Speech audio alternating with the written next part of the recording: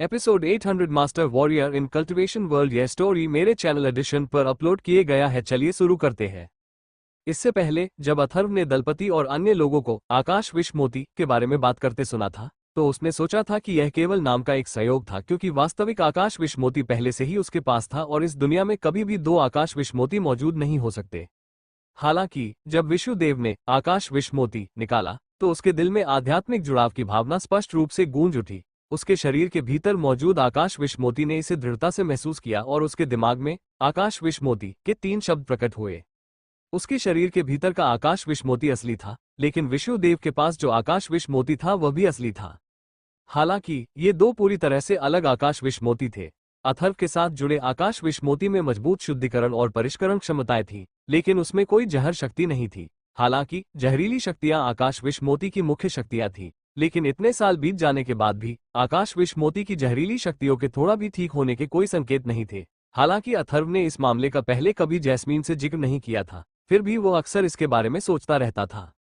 हालांकि विष्णुदेव के पास जो आकाश विश्वमोती था उसमें शुद्ध जहरीली शक्तियां थीं। जब यह दूसरा आकाश विश्वमोती उसके शरीर के साथ जुड़ गया, तो उस पर लगी स्मृति मुहर ने अंततः अथर्व के मन में उठे संदेहों का समाधान कर दिया। उस समय एजियो क्लाउड महाद्वीप में जब विष्णुदेव ने अथर्व को आकाश विश्वमोती दिया, तो उसने उसे चेतावनी दी कि वह आकाश विश्वमोती के भीतर मौजूद जहरीले जहर को कभी न छोड़े। विष्णुदेव की मृत्यु के बाद अथर्व ने अपना दिमाग खो दिया और गुस्से में आकाश विश्वमोती के जहर को छोड़ दिया, जिसे विष्णुदेव ने अथक रूप से सील कर दिया था।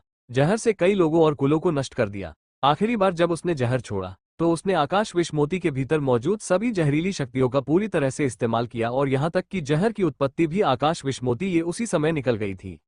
मूल रूप से जब जहर की उत्पत्ति ठीक हो जाती थी, तो वह अपने आप ही आकाश विश्वमोती में वापस आ जाती थी।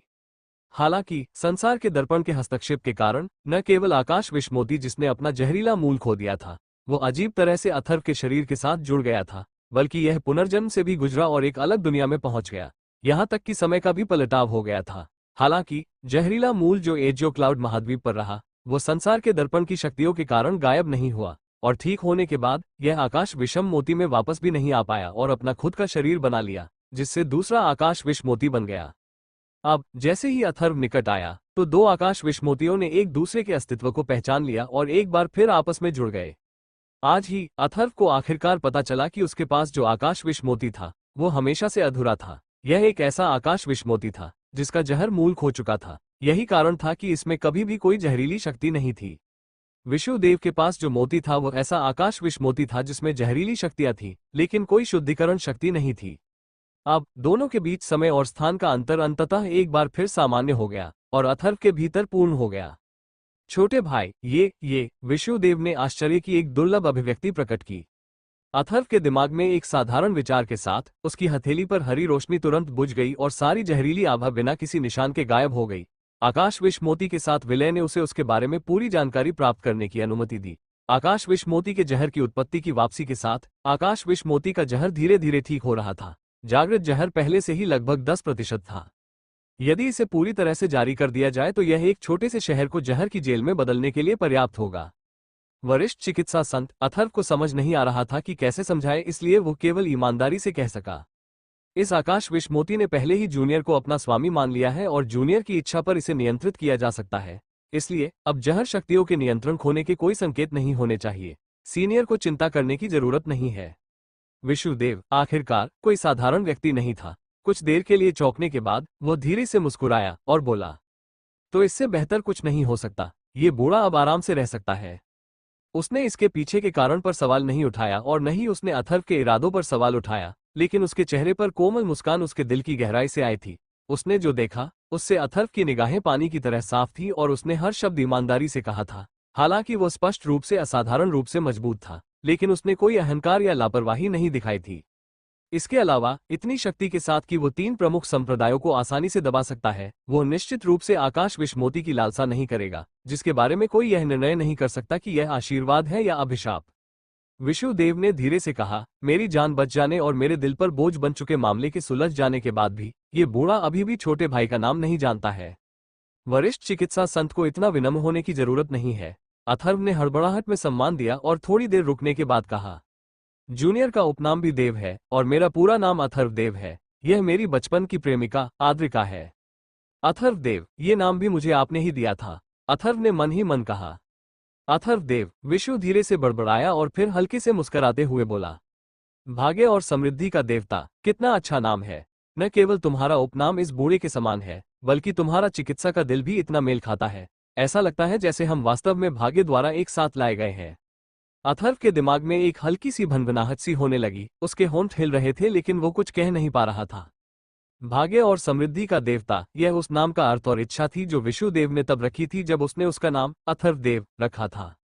छोटे भाई जैसे किसी व्यक्ति से मिलना निश्चित रूप से इस बूढ़े के जीवन के लिए एक आशीर्वाद है। छोटे भाई की अथाह शक्ति धरती को हिला देने वाली है और तुम्हारा स्वभाव असाधारण है। तुम्हें यहाँ आकर कुछ महत्वपूर्ण काम निपटाने होंगे। ये बूढ़ा अब और झल्लाहट नहीं करेगा। अगर कोई ऐसा मामला है जिसमें ये बूढ़ा मदद कर सकता है तो कृपया इस बूढ़े बताएं और मैं निश्चित रूप से अपनी पूरी ताकत से आपकी सहायता करूंगा। वरिष्ठ, रुकें। इससे पहले कि विशुदेव आगे बढ़ पाता, अथर्व ने उसे पुकारा और घबरा कर पूछा, सीनियर अब कहाँ जा रहे हैं? विशुदेव ने हंसते हुए अपना सिर हिलाया और कहा, चिकित्सा का अभ्यास करने वाले व्यक्ति का कोई निश्चित घर नहीं होता। वो जहां जाता है वहीं रहता है। हालांकि इस बूढ़े व्यक्ति के जीवन का भी अंत है। अब समय आ गया है कि इस बूढ़े व्यक्ति को कोई उत्तराधिकारी मिले जिसे वह अपना कौशल और चिकित्सा का सार सौंप सके। हालांकि दुनिया कलंकित है। अच्छे लोग भाग्य से मिलते हैं और इसे प्राप्त नहीं किया जा सकता। इस बूढ़े व्यक्ति को यकीन नहीं है कि उसकी इच्छा कब पूरी होगी।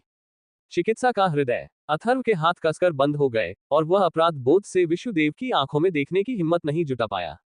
उसने विशुदेव की सारी उम्मीदें पूरी कर ली थीं, लेकिन अंत में वह चिकित्सा के मर्म को प्राप्त करने में सफल नहीं हुआ और इसके बजाय चरम के दूसरे छोर पर चला गया। वरिष्ठ चिकित्सा संत अथर्व आगे बढ़ा और बोला, जिन लोगों को पहले वरिष्ठ ने माफ कर दिया था और जो बच गए हैं, वे सभी जानते हैं कि आकाश विष मोती वरिष्ठ के पास है। कुछ ही समय में संदेश तेजी से फैल जाएगा और पूरी दुनिया को पता चल जाएगा। भले ही आप उन लोगों को बता दें कि यह अब आपके पास नहीं है, लेकिन कोई भी वास्तव में आप पर विश्वास नहीं करेगा। उस समय वरिष्ठ निस्संदेह अपरिहार्य परेशानी का सामना करेंगे। क्या वरिष्ठ ने इस सब के बारे में सोचा है? यह आशीर्वाद है या अभिशाप, ये तो ईश्वर ही तय करेगा। विशुदेव ने अपना सिर हिलाया और आगे कहा, छोटे भाई ने उन्हें जो सबक सिखाया है उसके कारण, शायद डर के कारण, उनमें इस बूढ़े के साथ कुछ भी करने की हिम्मत ना हो। डर सीमित है लेकिन लालच असीम है। अथर्व विशुदेव के सामने खड़ा था। उसका स्वर थोड़ा उत्तेजित था। उसे यकीन था कि अगर विशुदेव ने एजियो क्लाउड महाद्वीप के भीतर रहने का फैसला किया तो उसे आज की तरह ही कुछ ही समय में वही हश्र मिलेगा। इसलिए उसने शांति से कहा, वरिष्ठ चिकित्सा संत, इस मामले के बारे में जूनियर के पास एक समाधान है। जूनियर एजियो क्लाउड महाद्वीप से नहीं है, बल्कि मायावी दानव क्षेत्र नामक जगह से आया है। मुझे उम्मीद है कि सीनियर जूनियर का अनुसरण करके मायावी दानव क्षेत्र तक आ सकते हैं। उस जगह जूनियर गारंटी दे सकता है कि कोई भी सीनियर के लिए परेशानी का कारण नहीं बनेगा और न ही कोई सीनियर का अपमान करेगा। विशुदेव ने काफी देर तक अथर्व को देखा, फिर अपना सिर हिलाते हुए। इस बूढ़े ने पहले ही अनुमान लगा लिया था कि छोटा भाई कहीं और से आया है और ऐसा लगता है कि मैं सही था। ये बूढ़ा छोटे भाई के सच्चे दिल के लिए बेहद आभारी है। हालांकि इस बूढ़े की जड़ें आखिरकार यहाँ मजबूती से दबी हुई हैं और इस बूढ़े का चिकित्सा मार्ग भी इसी भूमि पर स्थापित है। नहीं, यह सही नहीं है। सीनियर ने जो कहा है वो गलत है। अथर्व ने अचानक बीच में टोकते हुए विशुदेव की बातों का खंडन किया और असाधारण दृढ़ता से कहा, वरिष्ठ चिकित्सा संत के पास चिकित्सा का हृदय है जिसका कई लोग आदर करते हैं और चिकित्सा का हृदय ही वह है जिसका सीनियर ने जीवन भर अनुसरण किया है। अगर यह सिर्फ चिकित्सा का हृदय होता तो यह अधिक बीमारियों का इलाज करता और अधिक लोगों को बचाता, चाहे वो दयालु हो या दुष्ट, जाति, स्थिति और स्थान कुछ भी हो। विशुदेव का पूरा शरीर थोड़ा कांप उठा, जबकि अथर्व ने जारी रखते हुए कहा, चूंकि आपका पूरा जीवन चिकित्सा मार्ग को समर्पित रहा है और आपने चिकित्सा के मूल में जीवन जिया है, तो फिर इसमें क्या अंतर है कि आप एजियो क्लाउड महाद्वीप में चिकित्सा का अभ्यास करें या मायावी दानव क्षेत्र में? इसके अलावा मायावी दानव क्षेत्र एजियो क्लाउड महाद्वीप से बड़ा है। वहां और भी कई जीव और कई जातियां हैं जिन्हें सीनियर जैसे लोगों की जरूरत है। मायावी दानव क्षेत्र में सीनियर लोगों को बचाना जारी रख सकते हैं और मेरा मानना है कि कुछ सालों में सीनियर का नाम पूरे मायावी दानव क्षेत्र में गूंजेगा। अगर सीनियर एजियो क्लाउड महाद्वीप में रहने के बारे में अड़े रहे और अगर सीनियर को कोई दुर्घटना का सामना करना पड़ा तो आपने जो कुछ भी सीखा है और जो कुछ भी आपने चाहा है वो सब बेकार हो जाएगा। यदि आप पहला विकल्प चुनते हैं तो आपका जीवन पूर्ण होगा और इससे कई लोगों को लाभ होगा। हालांकि यदि आप बाद वाला विकल्प चुनते हैं तो शायद आप लाखों कम लोगों को बचा पाएंगे और आपको कोई उत्तराधिकारी भी नहीं मिलेगा, जिससे आने वाली पीढ़ियों को कष्ट होगा।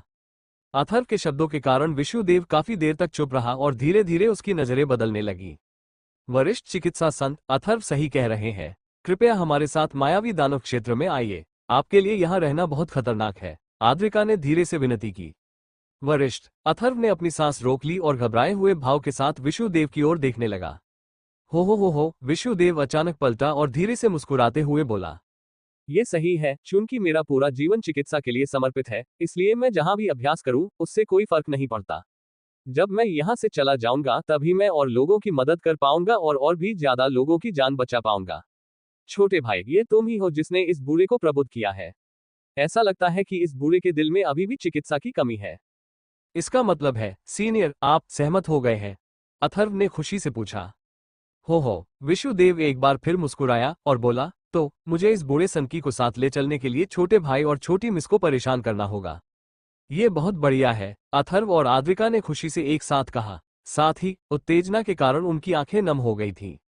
दोनों युवकों के प्रसन्न चेहरे देखकर विष्णुदेव भी हंसने लगा। हालांकि उसे नहीं पता था कि क्यों, लेकिन उसकी आंखों से भी बेकाबू होकर पानी बहने था लगा। अथर्व तुरंत आद्रिका और विष्णुदेव को प्राचीन जहाज में ले आया। वे आद्रिका की मां द्वारा छोड़ी गई वस्तुओं को लेने के लिए ग्रैंडवेक कबीले में लौट आए। कुछ समय तक एजियो क्लाउड महाद्वीप में रहने के बाद प्राचीन जहाज को फिर से सक्रिय किया गया और अपनी दूसरी 5 मिलियन किलोमीटर की आयामी यात्रा में प्रवेश किया। अब आद्रिका उसके साथ थी, उसका गुरु भी उसके साथ था। अब उसे एजियो क्लाउड महाद्वीप में किसी चीज की कमी महसूस नहीं हो रही थी। जब वो एजियो क्लाउड महाद्वीप में आया तो उसे पहले से ही पता था कि वो निश्चित मृत्यु का सामना कर रहा था और उसे केवल एक आखिरी इच्छा पूरी करने की उम्मीद थी, जो कि आद्रिका से फिर से मिलना था। उसे उम्मीद नहीं थी कि न केवल उसने आद्रिका को पाया था, बल्कि उसने अपने गुरु को भी पाया था। यहाँ तक कि आकाश विश्वमोती, जो अनजाने में अधूरा रह गया था, वह भी पूरी तरह से पूर्ण हो गया था। इसके अलावा शैतानी मूल गोला, जो निश्चित रूप से उसकी जान ले लेता, अब उसके लिए कोई खतरा नहीं रह गया था और इसके बजाय वो उसका अपना बन गया था। न केवल उसे अब मरना नहीं था, बल्कि उसकी गहन शक्ति भी एक अतिरंजित स्तर तक बढ़ गई थी। उसे एक अत्यंत भयावह रहस्य का भी स्पष्ट रूप से सामना करना पड़ा था। एजियो क्लाउड की इस यात्रा में न केवल उसने वह सब हासिल किया जो वह हासिल करना चाहता था, बल्कि ऐसा लगा कि उसके व्यक्तित्व का पुनर्जन्म हुआ है और वह पूरी तरह बदल गया है। उसे पता भी नहीं था कि उसका स्वभाव भी थोड़ा बदल गया है। अगला एपिसोड सुनने के लिए सब्सक्राइब करें मेरे चैनल एडिशन को और हाँ, लाइक, कमेंट, शेयर करना ना भूले। मिलते हैं अगले एपिसोड में।